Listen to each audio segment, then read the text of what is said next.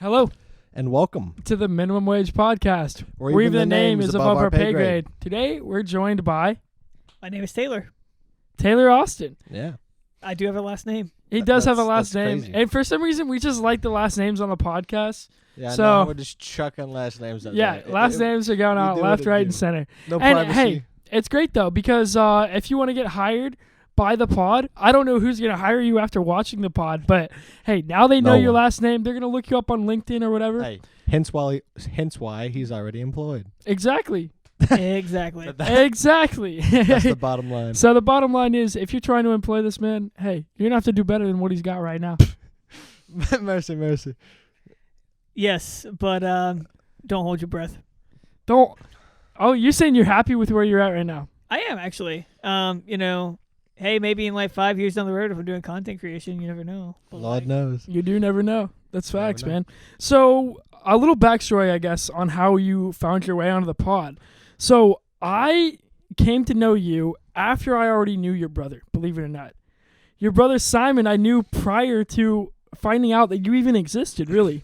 That is wild. Yes, it is wild, dude. It's a small world, I isn't don't it? even. It is. So I will say this. I remember I worked with Dane. I worked with your brother. Really? At Where? Chick-fil-A. Oh, really? Chick-fil-A, Okay, yeah. okay. So I knew Dane. I didn't know you existed.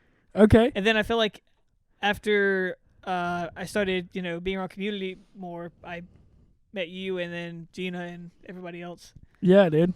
It's super weird kind of how that thing works though, because so you knew my brother, I knew your brother, Yes. and now I don't think our brothers, you don't really know my brother, I don't really know your brother anymore. Correct. And here we are. Yeah. It's kind of odd. It's a wild life, man. It is a wild life, dude. Man, so yeah, I worked with your brother actually. Back my first job that I ever had, I worked at a pharmacy. Can you give me a little bit of insight to what that was like? Oh my gosh. You're talking about working with your Yes, brother? With yes, your brother, yes. dude. Insider What a knowledge. character, man. What a character. So this is. Let me just try to do a good reenactment for anybody who doesn't know my brother, and that's all of you.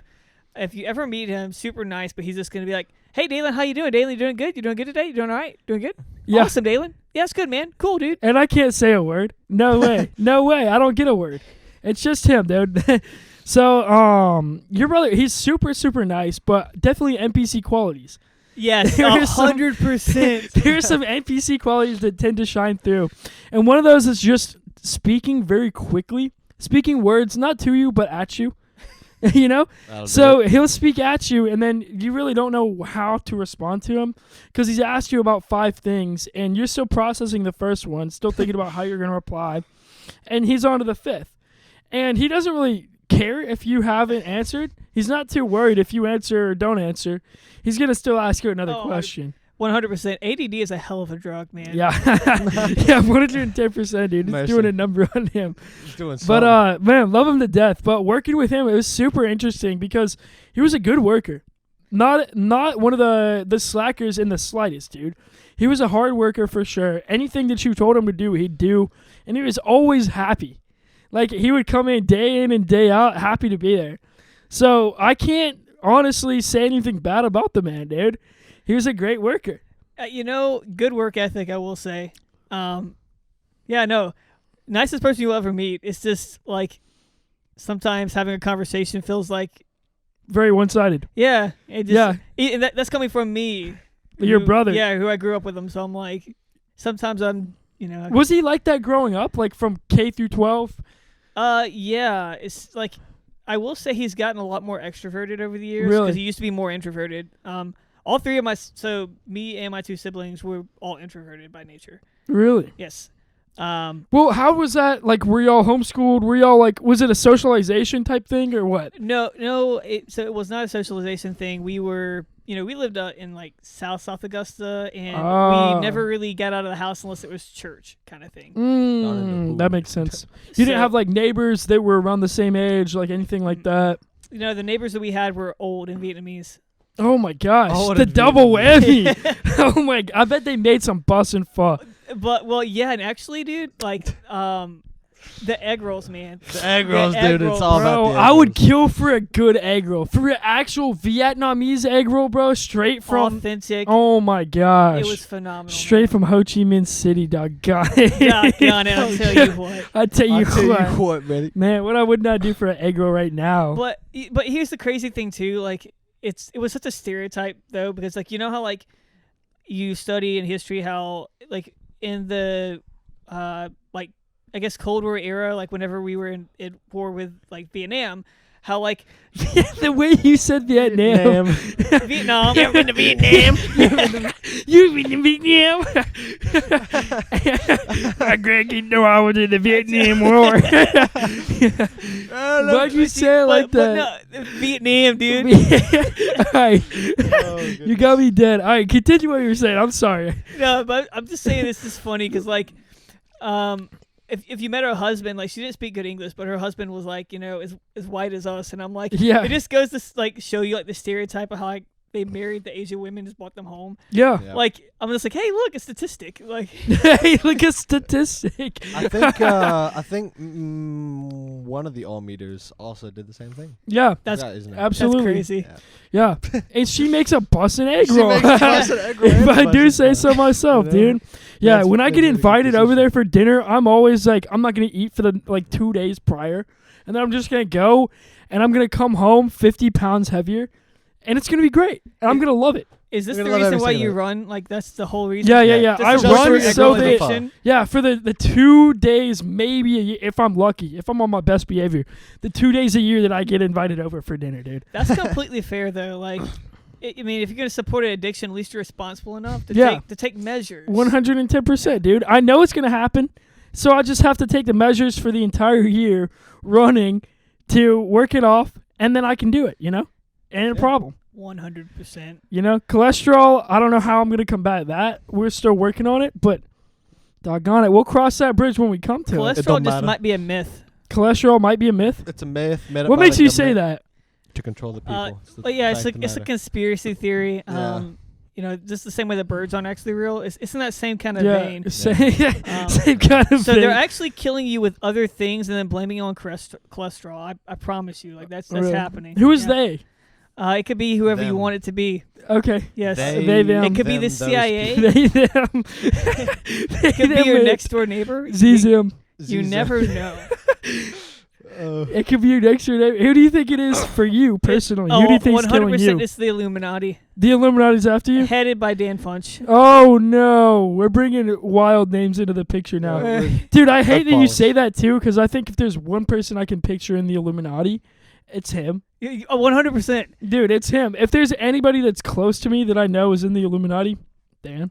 He's smart enough to be in the Illuminati. Oh, he is. Yeah, He's smart enough to be in the 110%. Like you talk about big brain. Yeah, Dude, yeah, he's yeah. smart enough to be a higher up in the Illuminati. He's smart enough to be the one pulling the founder. strings. He is the Yes, Illuminati. he He's is just the whole thing. Illuminati. It's wild, man. Dan Funch is the Illuminati. And you know what's super weird too? Like the Illuminati is all about like triangles and geometry and shit. You know, Oh my he's God. a geometry. you know.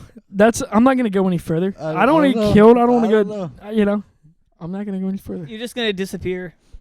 This is the Yeah, last turns out- podcast. Yeah, this is our last Yeah, episode, man. guys. It's been good run. We Mm. made it, what, 27 episodes? 27 episodes. Yep. Heck yeah, man. Well, 28. Yeah, Yeah, that's incredible. that's incredible. Yeah, by the way, we had our 6-month anniversary. Anniversary. Yes. Y'all's anniversary? Well, happy anniversary. I know, we got... Thank you. Yeah, Minimum Wage Podcast has been going for 6 months And a week.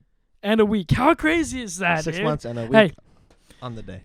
Guys, Incredible. I remember y'all Excellent job. like talking about starting this. So like I just want to say shout out to y'all. Super proud. Yeah, dude. That's awesome. Dude, it's honestly so crazy to me because I think about it like, how the hell have we done this for 6 months? It doesn't feel like it, man. It doesn't feel feels like it it's at all. been like a month or two. But I know, dude. not It's 6. it's crazy how time flies like that. Like day in and day out, every single week, we just come in and do it, and it doesn't feel like a job, which is so good, dude. That's how you know that it's a fun thing to do when it doesn't feel like a job. When it's like, you know, actually fun to do, then No, you're granted. like, oh, it's a passion. Granted, it can be a pain to have like a good episode, and then you lose the footage, and then you have to come back.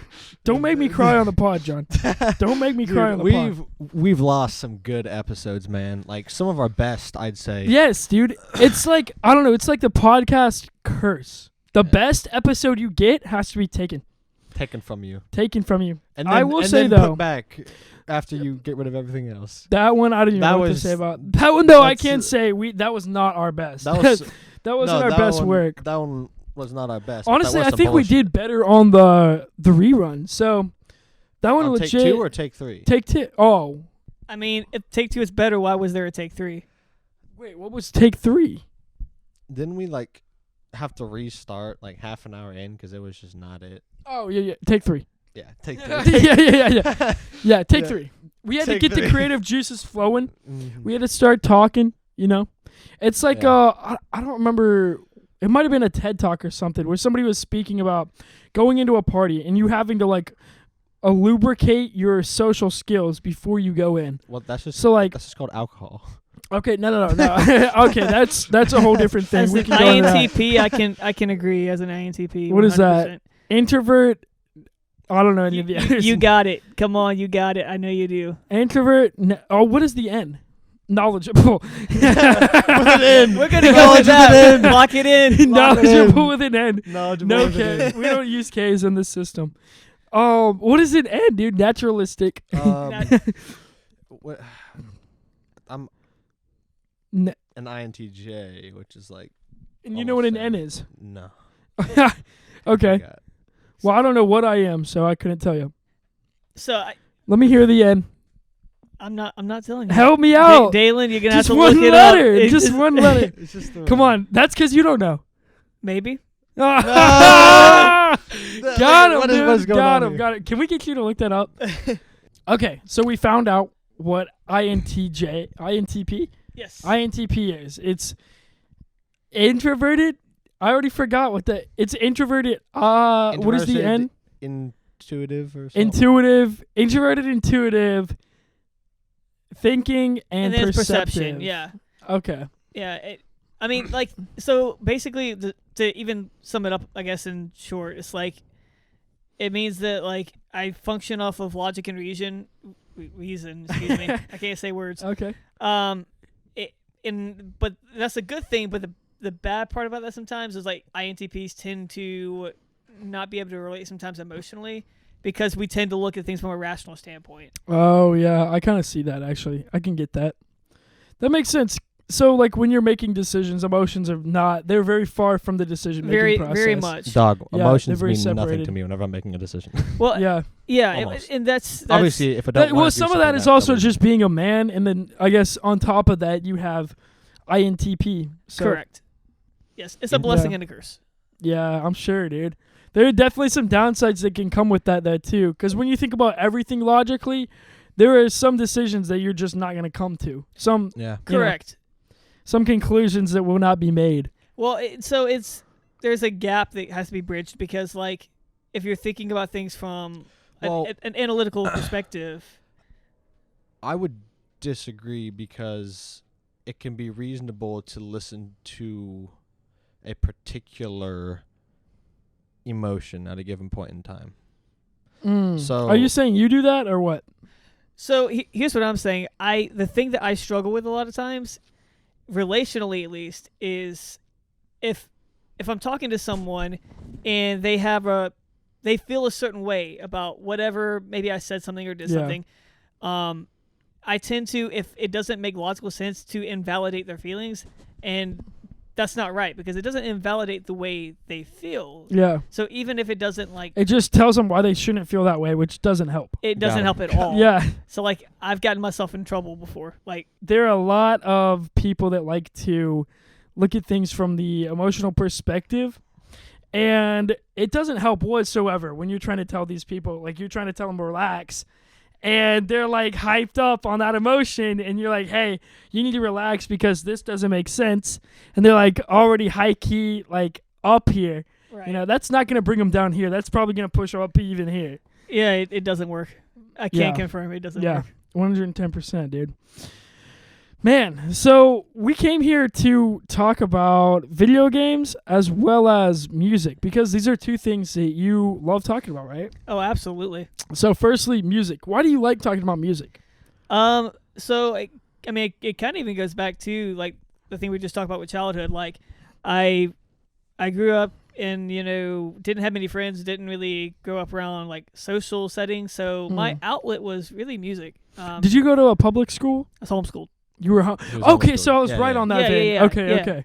I but thought, you I still thought you say knew it that. wasn't. No, I didn't actually know that. Yeah, no, I was. So you don't think it goes back to a socialization issue with your brother? Well, I think that homeschooling did have a big issue in why he didn't develop socially in certain ways. Yes. Okay. 100%. Interesting. Okay. 100%. I think the same goes for like all three of us. Yeah. It was. For me, the only thing that's different is I was actually the most dominant personality out of the three of us. Do you have another brother? No, it's just three of us. It's I have an older brother and an older sister. Oh, okay. So you got a sister. Fun fact, they're actually born on the same day but 2 years apart. That's wild. It's crazy. That is actually crazy, dude. So the question I have though is like your sister, how did she come out?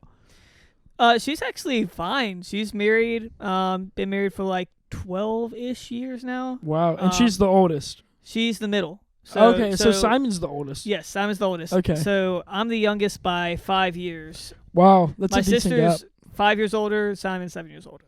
Okay. So, Okay. And that's why, growing up for me, like even my siblings I didn't really interact with too much because I was the youngest by far. Yeah. Baby. Exactly. Yeah, absolutely. So like for me, it's funny because music and gaming is actually kind of tied in for me because I started playing certain games like racing games primarily. Yeah. They had like banger soundtracks. And so I was yeah. like, oh, Need for Speed Underground? Okay. It's got a good soundtrack. Interesting. What was your parents' mindset behind homeschooling y'all? Because like normally the parents that homeschool their children have. This is a fun topic. Okay. Oh. Yes, this is something that I'm very passionate about. My parents were of the mindset that homeschooling was a way to indoctrinate us into the Christian faith essentially. Yeah. But in a way that I feel like wasn't healthy. Interesting. So, and to be clear, like I still view myself as a Christian, but I came about that as my own research and reasoning. Yeah. As an adult, like nobody should ever be like pigeonholed into a certain belief. So basically, their theory was sending us to public school would make us like be more likely to be influenced by the world, as they would call it, right? Oh yeah. Well, I mean, it all goes back to you're getting taught. No matter who's teaching you, you're getting taught.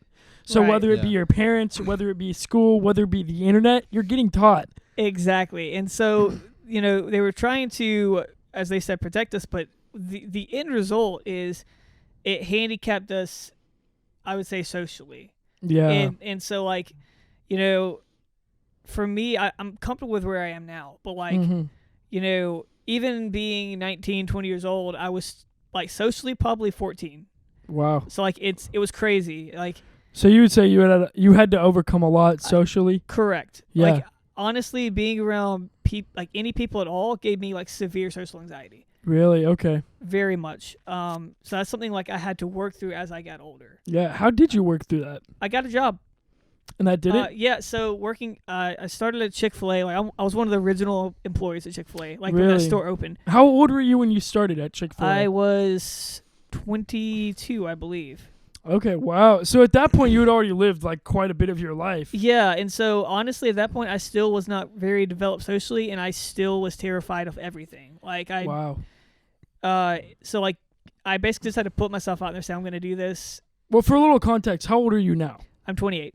Okay, yeah. So that was 6 years ago. You got your 6 years first ago, job. man. Yeah. Yeah, you've come a long way in 6 years, that's for sure. It's crazy, dude. But like, that's why even when people have asked me, like, would you ever consider homeschooling your kids? Absolutely not. Yeah. I'm not saying it can't be done correctly. Like, it definitely can be, but from my experience, It's difficult. It's difficult. Yeah. There's a reason we have a school system that's been put in place for a long time. Correct. Because it works. Yeah. And it's also super, super difficult. I would say, like, teachers, their job is to teach kids, right?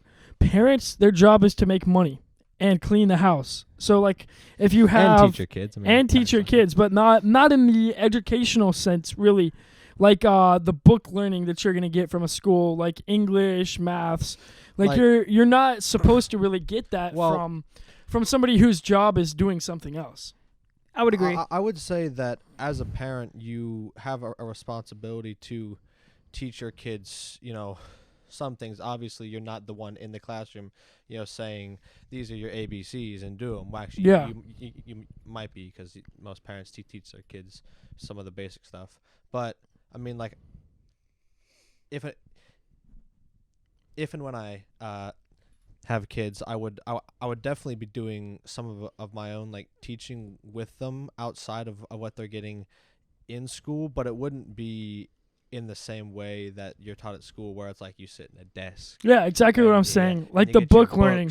I'll teach them things by like more experiential learning. Here's something that we are going to do. We're going to do this, and you're going to learn. Yeah, I think of it like taking kids to museums and stuff like that versus like sitting them down and saying, "Hey, these are the ABCs. 3 + 3 is 6." Like that type of education versus like bringing them out in nature, showing them a sycamore tree and being like, "Yo, this is a sycamore tree. This is how they grow. This is their roots." Who made the quote? But it was that we spend the first couple years of a child's life teaching it to walk and talk, and then we spend the next 20 years telling them to shut up and sit down. You know what I'm saying? Yeah, I've heard that's Alan Watts, I think. I've heard that before. That's actually wild. That's so true. Yeah. It's like, let's teach them to walk and talk and ask questions, and shut up. Stop asking questions. Sit in your seat. Do your work. Yeah. So the boomer mentality, that's another backwards. thing too. You talk about the boomer mentality. Like, are your parents boomers? Yeah, 100%. Oh my gosh. 100% they are. So like, that's the other thing too, and I did experience that. Like, oh yeah, very much. Like, so I am very inquisitive. I like asking questions. Gotta love the questions. It's just fun, man. Like, something about it. Like, there's just something about using, even asking the question why to get to like, like a core point. You know what I mean? Like, because whenever you're even having a very deep philosophical conversation, sometimes asking the question why can bring you to like a root, like central point. Yeah. Like the crux of the issue. Yeah. You can distill a point down by asking why enough times. Yes, you can. And once again, if you think about it, that's one of the first things you learn as a kid. Yeah. Like when you have a little kid that's just like, well, why? Yeah. Well, why? Like that applies. Like, I don't care if you're Isaac Newton. Like, that applies. Yeah, so there's a problem. There's a fundamental problem. As you get older, you assume that people already have the foundation and the fundamentals. Whereas when you're a kid, you have to break everything down to get to the fundamental building block, and then you can work your way back up the stack. But when you're in the professional world, when you've grown up a while, when you've been around terminology and things like that, you just automatically go about your life assuming that people have these fundamental building blocks. Whereas when you come into a boardroom, there are things that you're going to be talking about that maybe half the people there don't have those fundamental building blocks for you to be able to build on top of. So it's really important to think about that. Think about where is people's understanding level, and where am I trying to come at them with information? Right. That gap cannot be too big, because if it's like a small gap, that's almost perfect, because their brain tries to fill in the details. It tries to kind of bind these things together, and it's working a little harder than normal, but it's enough work. It's not enough work to like throw them off balance. They can still get what you're trying to tell them. You need to make sure that their understanding gap is not too big. So let me propose a question. So it's in a similar vein. All right. And I think it's in regards to like progression, like the way like we think, and like in regards to even the older generation. So I see a tendency, and this isn't like a blanket statement for everybody, but in general, I see a tendency for people in the older generation to, if you have a conversation with them, they'll tell you, like, well, back in my day kind of thing. And Your day is long gone. Well, so here's the thing, right? Most of the people who are around in your day are dead. And that My people are around. This is my day. Enjoy it. But here's the thing too, right? It feels like those conversations never end productively because they're not listening to you. Like, you might listen to them, but they're not listening to you.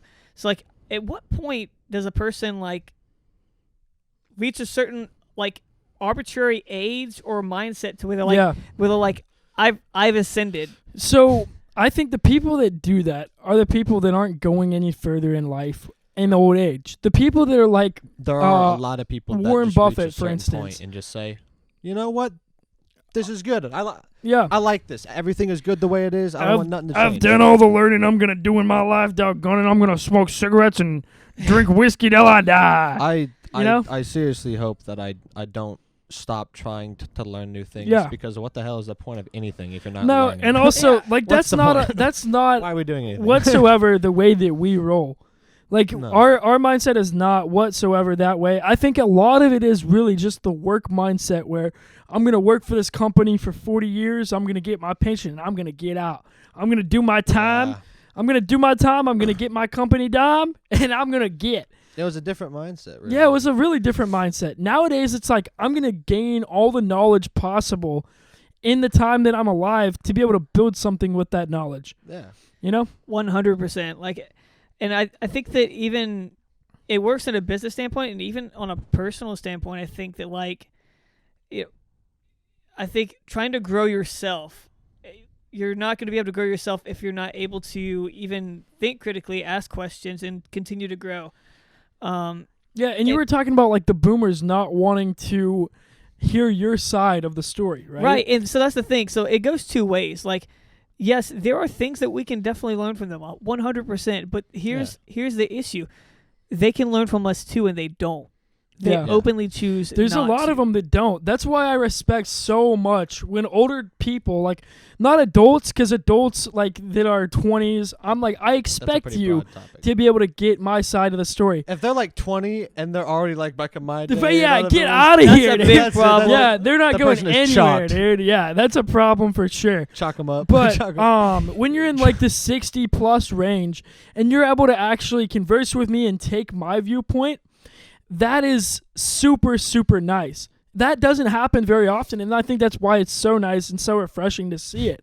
But Indeed. the individuals that you see that are like affluent are probably going to be more likely to be accepting of that viewpoint because they're cool with learning more stuff. And have you noticed this too? I know y'all have. The wisest people that are in their 60s and 70s, the wisest people that you know, when you discuss things with them, it's always a two-way conversation. Yeah. It's always, you're asking them questions, they're answer, asking you and questions. Exactly. When the old people ask young people questions, that's how you know that you got. That's somebody who has wisdom, who actually cares about really just anything. That's how you know you get an old person of value. Making progress. Yeah. Yeah. If they're just gonna, sit there like, well, I lived my 60 years, I did my time. If they pull up, they're like, you got a lot to learn from me. It's like, no, you need to relax, buddy. Maybe there is a lot that I could learn from you, but there's also something you could learn from me. There's a lot that I could learn from you, like how to be narcissistic. Exactly, narcissistic, pessimistic. Boomer. How to not accept other people's viewpoints. How to just talk louder than people. This is how you be intolerant. Yes. Is this bigotry? Yes. Bigotry license? Oh, man. Oh, goodness. Y'all ever heard of Leonard Skinner? I tell you what. You want to hear some of this Alabama? Down. You do that at the same time. Oh, my gosh. Oh man! Wow, we got into a whole conversation. Talking about boomers. That was fun. Yeah. What in the world? That was great. Incredible. So where did we stem off from? We had the tree growing up. So we were talking about music, and then like it just kind of veered off. It branched way off. Quickly veered off. Yeah, we're talking what about in the world? Yeah, we started talking about homeschool. Yes. Talking about boomers. Yeah. All sorts of so stuff. what I wanted to ask you a little bit was your job at Chick-fil-A, how do you think that made you overcome your social anxiety? You know, the boundaries that you had in your mind with talking and interacting with people. It made me interact with people. It forced those interactions. Yeah. So like I intentionally asked to be on front counter and not in the kitchen. Okay. Because I wanted to be put in a place where I had to interact with people. Mm-hmm. Because I knew that where I was in life, I wasn't going to do it on my own volition. Yeah. And so that made me like, if somebody's in your face ordering a chicken sandwich, you got to talk to them. You know what I mean? Like, in a lot of ways, though, you can give yourself a lot of credit because that is your own volition. Yeah. Saying this is Right. where I'm This is at, your volition. this is where I need to be, and telling yourself exactly what you need to do to get where you want to be. That's 110% your own volition, dude. right. Yeah. It was a big step, and Yeah. looking back at it, I am proud of that. So it was that, and I had a lot of good leadership there too. Like the first team that was there for leadership really cared about developing people. Okay. So even having conversations with them about like, you know, anything from like their service industry in food business, but also, you know, how to make connects, because I also became a team lead there. So talking to them about how to make connections with your team members, like, you know, how Okay. to have a healthy relationship with those people. Like, Mm-hmm. so it was a mixture of things with that. Okay, cool. So they kind of give you a good foundation, though, for like 100 interactions. 100%, man. Dude, that's sick.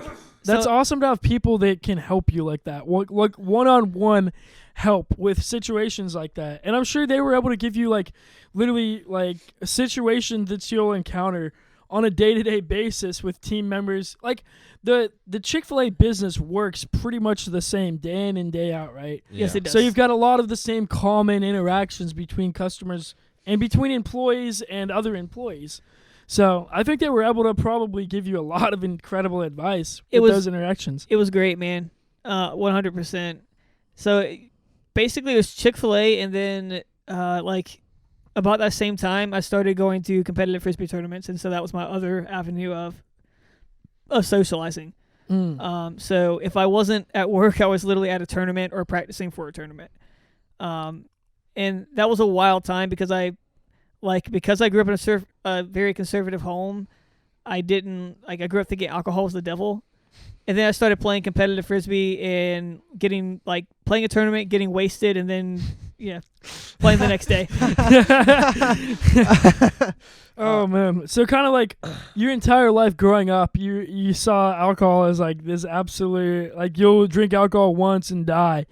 Well, Like you'll go to jail for the rest of your life. yeah, so it was very much of like alcohol was considered to be just in and of itself, the consumption of it is a sin. Like objectively, it is just terrible.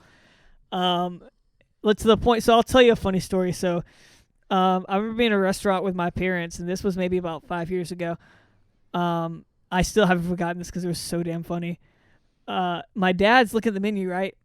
And he sees catfish. He's like, oh, I think I'm going to get the catfish. And my mom's like, Tim, you can't get that. And he's just like, well, why? And she's like, because it's beer battered. What? And I'm just like, they like... That's comical. I'm like, they cook the alcohol Yeah, out of they it, cook right? it out Like, of it. she's like, it doesn't matter. It's the principle. It's a dumbass principle. It's That's what it a is. dumbass principle. It's a stupid I'm like, principle. Hold on. What? Wait, what is the principle exactly? I'm missing that. Drink The principle alcohol. Alcohol, Burn in hell. Alcohol is wrong. Don't tell them that Jesus turned water into wine. Yeah, don't. They missed don't that part tell of the them. Bible. Man, dude, yeah, that's so odd. I wonder why people have certain like hang-ups like that. Why is that the hill that you're gonna die on? I think that it's miseducation that just carries over, and then people don't think about it from a critical standpoint. Yeah. So in my mind, it's very clear that like when you talk about the idea of morality, even involving alcohol, like, yeah, you shouldn't be irresponsible with it. You shouldn't, get so drunk that you black out. Yeah, I get that, right? That's not healthy for you. It's not good for anybody. But like, you can't tell me that for 100% fact that it's wrong to have a glass of wine with dinner. Yeah. Like I think that's asinine. Yeah. Absolutely. Doesn't make any sense. Yeah, especially when the Bible doesn't back that up. It doesn't. Like there are literally passages in the New Testament, like letters that were written by Paul, that says drink and be merry. Yeah. This thing that you base your whole faith off of literally says the opposite of what you're saying. Yeah. I don't get that. And that's a lot of, dogmatic principles are exactly like that. That's literally something that the church said, oh, this is immoral. Who is the church? Who is the church? Just a group of individuals, right? Correct. So I don't really get it when they say, when the church has their own beliefs that are apart from the Bible, there's no reference book to even guide their principles. It's just people. They're like, oh, I think this is immoral. Oh, I think this is wrong. And it's like, okay, cool. Why do you think that? And if they have no reasoning behind it, Jesus. Yeah, and that's a lot of the problems that I have with the Catholic Church, because I think they have a lot of dogmatic principles that don't align fully with the Bible and don't make a whole lot of sense apart from just people trying to control people. Really is what it comes down to.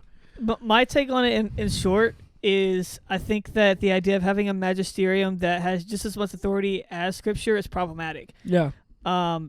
Because essentially, if you got to at some point have an idea of which authority precedes the other.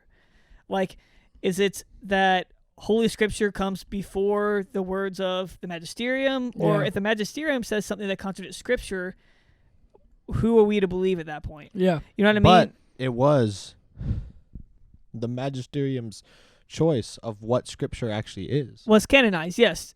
That is true. That is actually true as well. It goes back to that as well. Yeah, it goes Which back is, to like the Council of Nicaea, Yep. choosing what books are actually in the Bible. Yeah. And if you think about it, even, of course, the Protestants took out the Apocrypha. Like, so there are certain books that got removed from the Protestant canon. That's another fascinating topic too. Is just talk about the canon of Scripture, like how it was decided. I'm not a scholar on that. I'm a scholar on technology and programming. Yeah, are you a scholar? Are you a scholar on like the Bible and stuff like that? I am not a scholar at all. No. Have you done a little research on your own? I've done a lot of research. I am someone who loves theology. I love like exegesis study. Like what? So exegesis. So basically, it's spell that.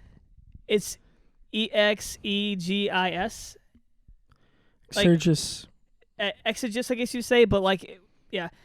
But basically, the idea behind it, though, is like it's the extrapolation of like biblical text. Okay. And like for what it actually is. So like within the context of like the history of it, in context to what the chapter itself is saying, like it's about trying to basically understand Scripture for what it is. Yeah. Okay. So like I love theology, and anything in that realm is a lot of fun. Interesting, man. Well, we've gotten hell off topic, actually, dude. How do we keep doing this? I don't think it matters, does it? I mean, it's interesting. No, I guess it doesn't matter whatsoever. This is still super interesting. It's probably better conversation than if we're just like, oh, you see that new update in Warzone, Yeah, true. But I do want to get back to that because we did want to talk about a little bit about it. And, I don't know how much time we have left, actually, but I think we got like 10 more minutes or something. Okay, yeah. So, back to what we originally wanted to talk about from the beginning. All right. Video games. Way. Oh, man. So, we started out, we wanted to talk about what? It was music. Music, yeah. So, tell me a little bit about your journey with music. You said it started at home. Yeah, it started at home, just kind of in my own room, in my own space. As someone who, like, I guess also dealt with my own, traumas and issues, like, I found an escape in music. So, like, to me, it was something that the words and the notes transcended, I guess, like, a physical realm. It took me to a different place. Yeah. And it was a good escape. And then through that, I just kind of developed that love. And then, of course, getting older and going to shows, like, I'm telling you, if you guys haven't been to like a good concert, go to one because it'll change your life. Yeah, like a live show is just a different brand of awesome. Have you ever been to a festival? I haven't been to a festival. No, I want to. Yeah, definitely go to a festival because it's just like 100 different concerts. All happen at once or something? So not all at once. Oh, There's yeah, like depending on where you go, like there could be like 4 or 5 at once. I do feel like a festival would stress me out just a little bit.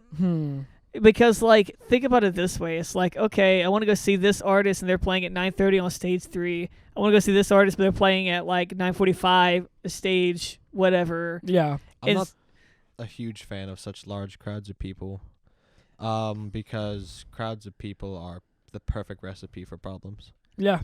That That's is true. that is true, but I'm just saying, like, you haven't lived until you've Mosh pit, you know what I'm experienced. saying? Well, Mosh. I Mosh pits kind are of do great. like mosh pits. Mosh pits are great. Mosh pits are great. They are great, dude. But, like, you haven't lived, I feel like, until you have, like, been in a show where, especially if it's an artist that, like, has songs that mean a lot to you. Like, in this artist plays this song live, right? And they get to a certain part of the song, and they step back from the microphone, and it's just you and, like, 10,000 other people just singing these words belting it together. out. And it's like, Yeah. it's so cool because you don't know anybody else in this building, but, like, you're all connected through this one line. It's so cool. It's pretty powerful to have an arena full of, tall white monkeys just going at it. 100%. Yeah. Yeah. And some of them aren't even Tall or some white. of them and some of them aren't even monkeys. Actually, we're all monkeys. I was about to say, what are you inferring by that? And we're going back down the rabbit hole. Ladies and gentlemen. Doggone it, dude. And that's 2 podcasts in a row. I've talked about monkeys. Yeah. I love that. I love that for our podcast. Hey, I'm very proud of being a monkey. Yeah, honestly, me too. The One of my favorite opposable emojis is the Except we're monkey. technically like apes because you don't got tails. Oh, yeah, true. Well, we kind of do. The tailbone. Do we? Yeah, but that's not a tail. Do That's apes have tailbone? Probably. Okay. I mean, I think primates have tailbone. Probably, maybe. I don't know. I think so. I Ask don't know him. either. They Yeah. got some mad glutes. Oh, lordy. Got some- Bro, I don't We I looked don't at even that want to monkey see your booty search thing. history now, Taylor. Doggone it, sir. Oh, mercy. Yes, you do. Mercy. So we were going to talk about music. So you got into music in the home. You had a lot of time to yourself, I guess, right? Indeed. A lot. Okay. The way you said what was highly suspect. I will say that. Oh, my God. Highly suspect. It's not even like that, homie. But, no, I really did, though. Like, so, for me, so I found out about just, like, a lot of different artists. I mean, anybody that knows me well knows that I'm a pop punk kid. So, like, I started listening to Yellow Card and Fall Out Boy, All Time Low, all those kind of artists. Nothing like some Fall Out Boy. Man, they got 2 new singles out, by the way. I've not listened to either of them. I need to get on that. Please You know what? listen to them. We're doing that after the podcast. Yes. Fall Out Boy? Yes, Yeah. we are. Okay. Fall Out It's Boy. fire, man. Okay, word. So West, West. just to get you a little bit hyped for it, all right? Oh. All right. Oh. So Okay. the producer from the first 3 albums is back, and he produced these 2 singles. Indeed. That That's sounds incredible. that's amazing. Fall Out. What album do I know from Fall Out? What's the one with the little boy who has like a? That's American Beauty, American American- Psycho. Yeah, that's it. Great album, by the Okay. way. I do love that album, but I will say that I'm happy they're going back to their old style. That album was not made by the old style. Not at all. Really? Okay. I don't know Fall Out Boy at all. I don't really know their history. I don't know the appeal much really. about them. I only know a So, couple of their songs. like, what genre would you put them into? So that's a funny question because they were coming up. They were definitely an alternative rock pop punk band. They came out with the first album in 2003. And then their breakout album was From Under the Cork Tree, which had Sugar Going Down, Dance Dance, those 2 really big flagship singles. And from there, they released 2 more albums that were produced by the same guy, great albums, and then they took a break, got back together, and when they got back together, they released Save Rock and Roll, which was not a rock and roll album at all, ironically enough. So Love that. So Save Rock and Roll and American Beauty, American Psycho are just pop albums, like straight up pop albums. They're great, Right. but they forget how to play an electric guitar. Like, that's just the fact of the matter. And so, this new album, the new album we're getting is being produced by the same producer from old. And New album we're getting. we're getting a new album in March.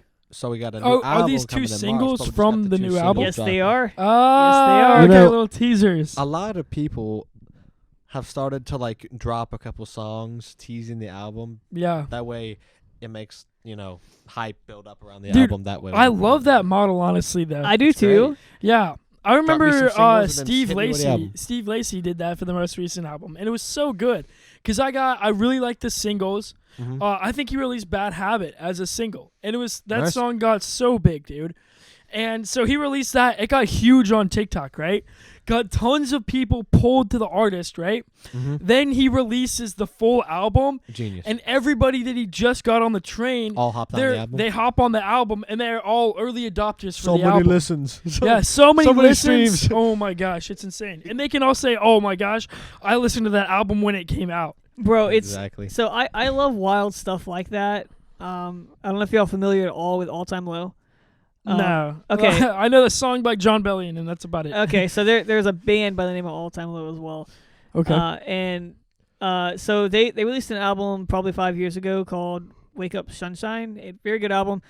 But here's the funny thing, right? So they released three. I hate you so much. So they I hate released that too. they released 3 singles off the album. All 3 were just like amazing. And talking to one of my buddies, he was like, "Yeah, the only thing that I don't like is the fact that I feel like that they just released all their singles. They're gonna have nothing left for the release of the album." And I was like, "I don't know, man. Like they usually put on some bigger songs." Sure enough, the first time I listened to the album, track number 5 in particular, was named Monsters. And I was like, this song is going to do very, very well. Nice.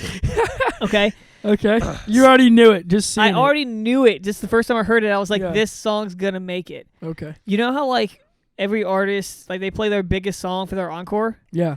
This song went from being written, released, and then became an encore. It never did anything else with their set list. It just immediately became the encore. Wow. Wow. That popular. Wow. That is Damn. crazy. I've never seen that happen before. I was just like, wow, okay. Yeah. So you called it. I did. You saw it and immediately knew. Man's called it. No. Yeah. So because it was me and my best friend like texting each other because we were listening to it at the same time when Yeah. it dropped, and I was like, "Have you gotten to Monsters yet?" And he was like, "Holy shit, that riff at the beginning, that vocal line." I'm like, "Yeah, this is gonna be the biggest single," and it was by far. That's it was. crazy. I always do that. wonder if artists know that going into it. Like I wonder artists too, release man. a song.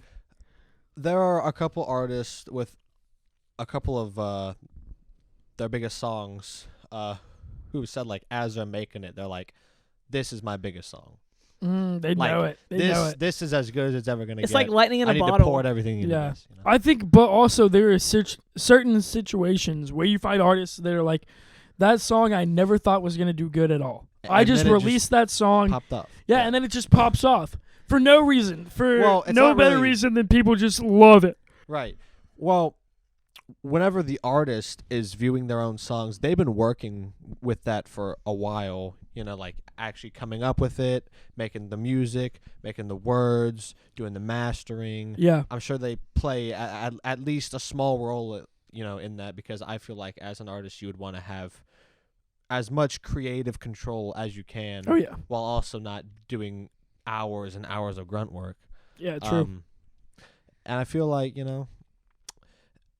once you've worked with it for a certain amount of time, you almost don't quite see what the true value of it is. But once you give it out, all the people see it from their points of view as a fresh, new thing, and they can see it as what it actually is, and not as a project that you've been, slaving away on for Yeah, that's hours true. a day for weeks, and you just you almost overthought it. Yeah. You know? And I think a lot of situations where artists, they have one song that they've put like 45 years into, Right. and then the rest of the songs are just like whatever. But one of the songs they put 15 minutes into ends up being the biggest song. Incredible. Yeah. So I don't think there's really any correlation between the amount of effort you put into one song and how big it's going to get. Yeah. It's just how the people. Sometimes you can just take throw it. it together, it works. Yeah. Like If you strike lightning, you strike lightning, so I remember hearing a story, and to this day I'm super jealous because I wish I could write like this. So before the album's name was going to be We Are Not Alone. All right, and basically he had written everything out for the album. It was almost ready to go gold, and the record label called the lead vocalist who did all the writing and was like, "Hey, are there any changes you want to make to the album?" He's like, "No, I'm happy with it." They were like, "Okay, well, we have a request for you." The last track off the album is a 7-minute long instrumental. Can you please fix it?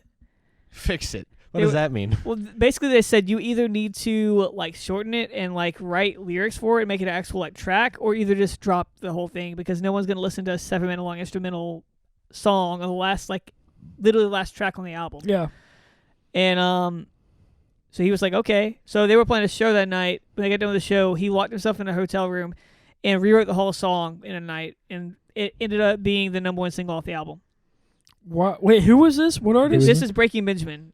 Okay. If you're familiar with this, that's big rock, like hella rock. Yes. Are you familiar with the song "So Cold"? No, I'm not. Okay, I'm about to say because that's the song. That's the song. Yeah. Okay.